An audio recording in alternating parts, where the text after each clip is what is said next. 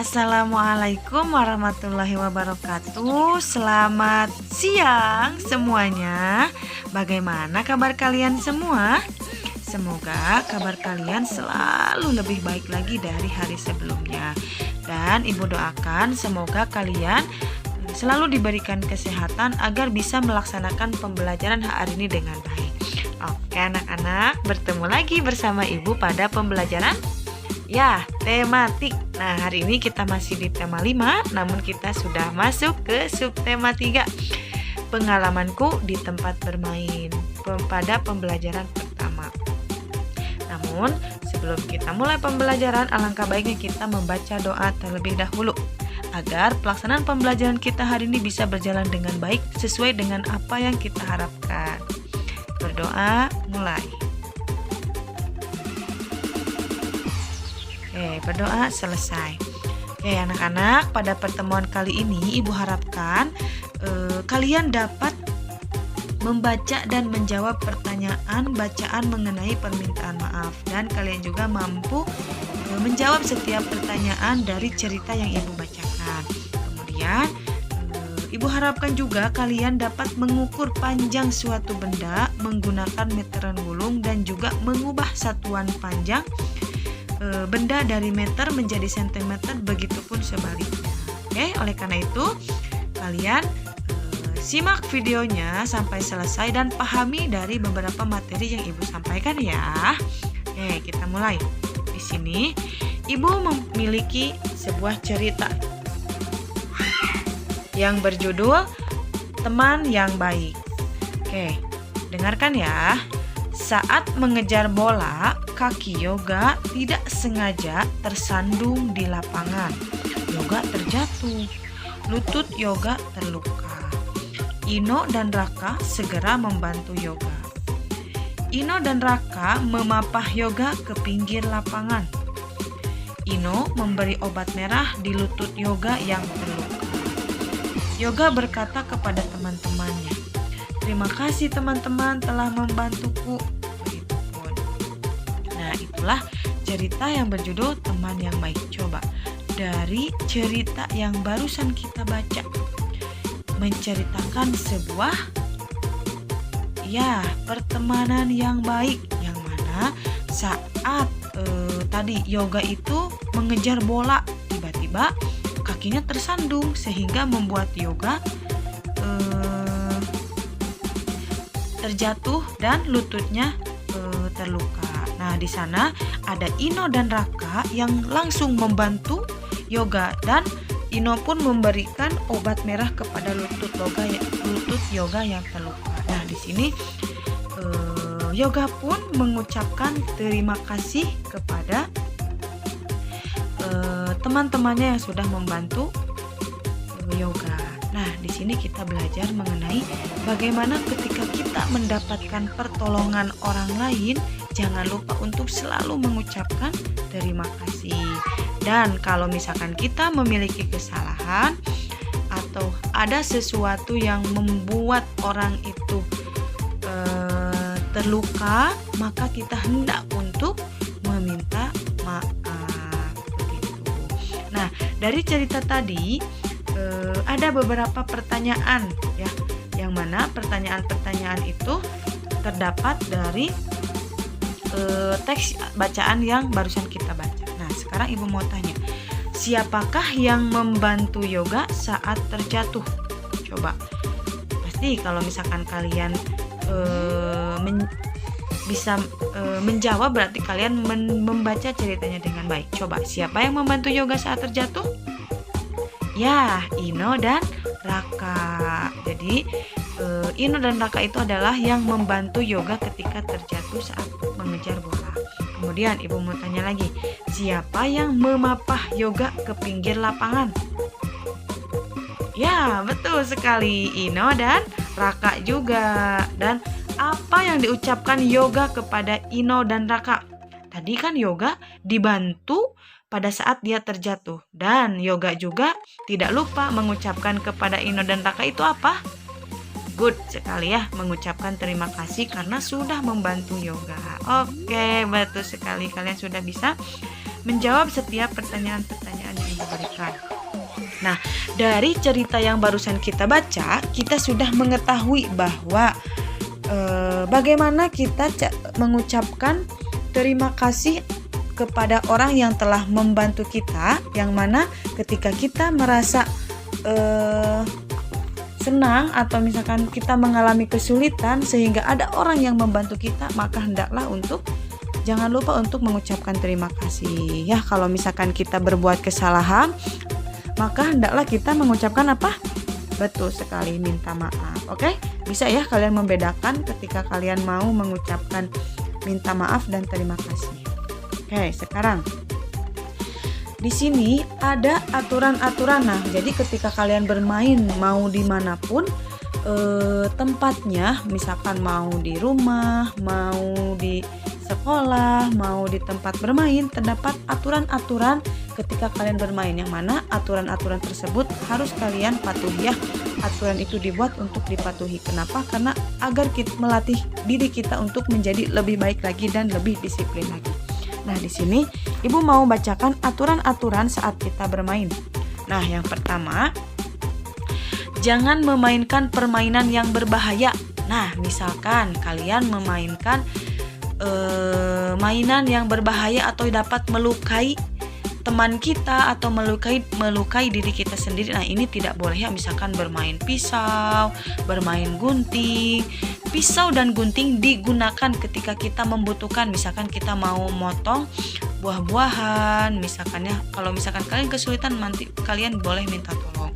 Kemudian main gunting, sebetulnya main gunting juga jangan digunakan untuk bermain-main, apalagi dilempar-lempar, karena itu dapat membahayakan orang lain atau bahkan juga bisa menyakiti diri kita sendiri ya, kalau misalkan kita memainkan mainan yang dapat membahayakan atau ya memainkan mainan yang berbahaya.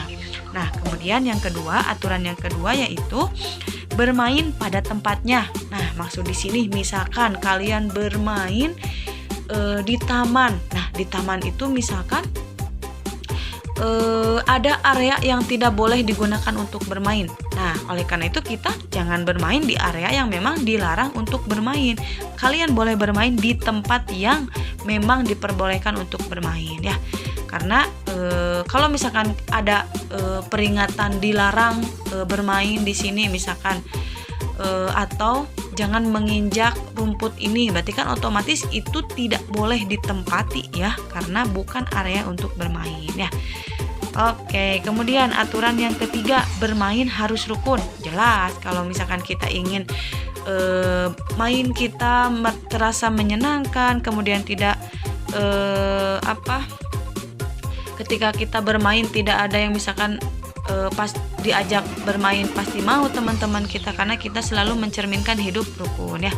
Oleh karena itu kita harus bermain dengan rukun.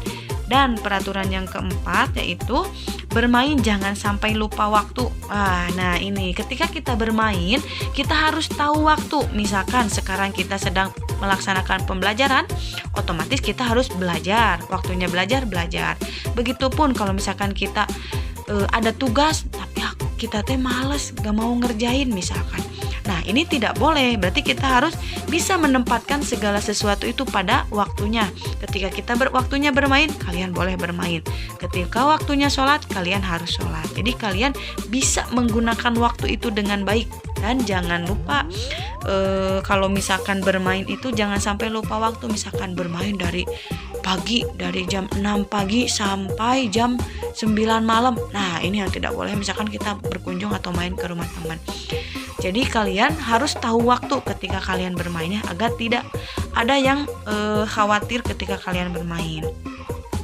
Nah kemudian ada juga nih aturan-aturan yang lain, bermain jangan memaksakan diri. Misalkan kita sudah nggak kuat misalkan, tapi kita ingin main gitu. Nah ini yang tidak boleh, kita jangan memaksakan. Kalau misalkan diri kita memang sudah tidak kuat atau misalkan tidak nyaman, berarti kita alangkah baiknya kita berhenti untuk bermainnya. Jangan sampai memaksakan diri kita sendiri, apalagi menyakiti diri kita sendiri ya.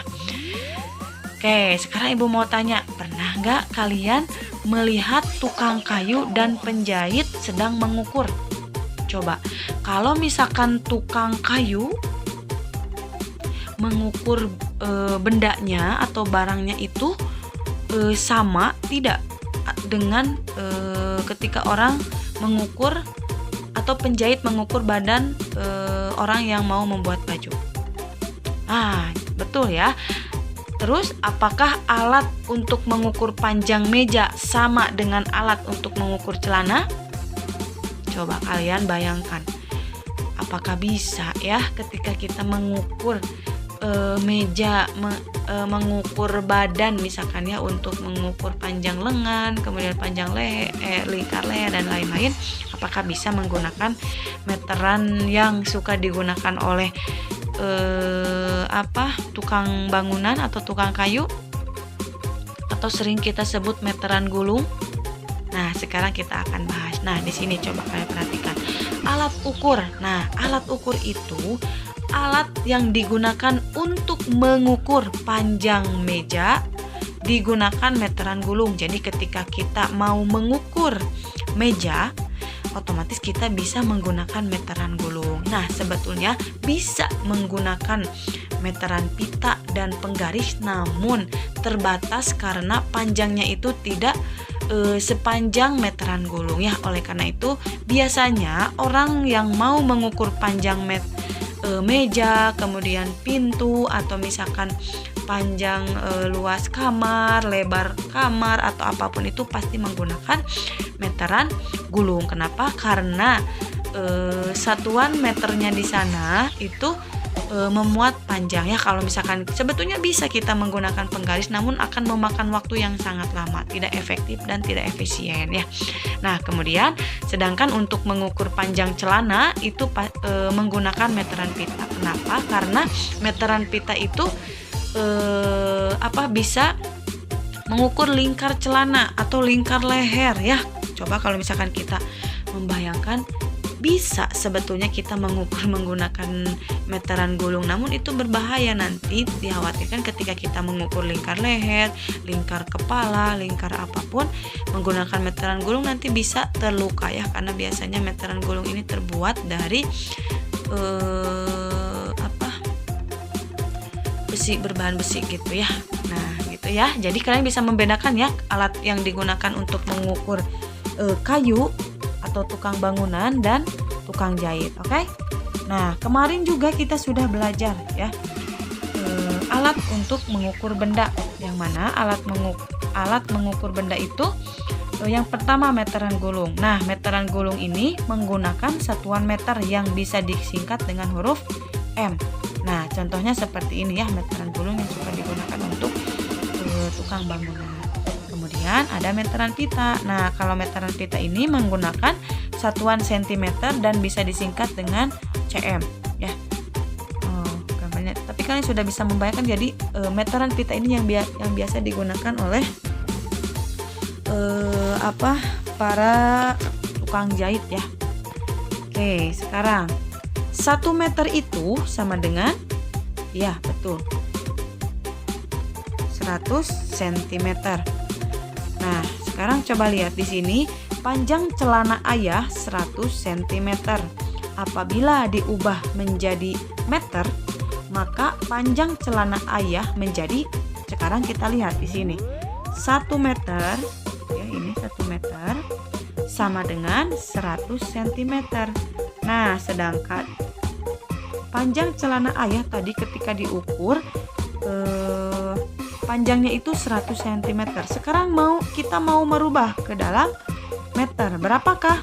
Ya, betul. 100 cm itu sama dengan 1 meter. Nah, ini ya kuncinya di sini. Ketika kita mengukur 2 meter berarti 200 cm panjangnya ya, begitupun selanjutnya. Nah, agar kalian bisa lebih paham, coba kalian kerjakan di buku tematik tema 5 atau 2E di halaman 93 dan 94. Nah, di sana ada beberapa pertanyaan untuk mengubah dari satuan meter dan sentimeter. Nah, silahkan kalian coba untuk mengasah pengetahuan kalian dalam mengubah satuan bilangan. Oke? Nah, kemudian tugasnya itu dikumpulkan berupa foto, dikirim ke Google Classroom. Oke?